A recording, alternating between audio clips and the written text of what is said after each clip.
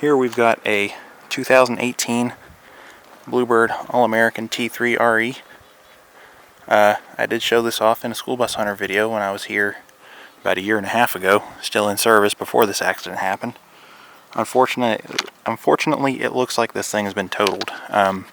Damage doesn't look too bad, but the thing is, I think the structural integrity of the bus has been compromised, so they're probably totaling it, and I'll show you why I think they're totaling it. But yeah, it's a 2018 Bluebird All-American T3 RE. The door's jammed open, so I squeezed myself this far in to look at that, and then I could kind of see the body plate up there, or the build sticker up there. They took the cameras out of it, and yeah, so this up here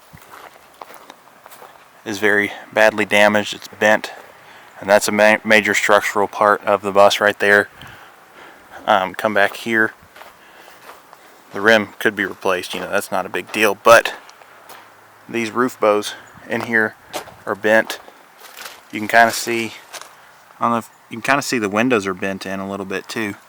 Not supposed to be like that, so that means that basically the skeleton of the bus is pushed in, it's bent, and therefore compromised.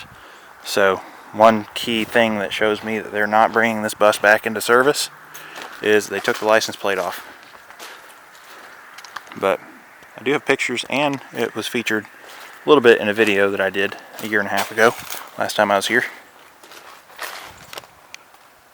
But yeah, it's a shame, but it does happen.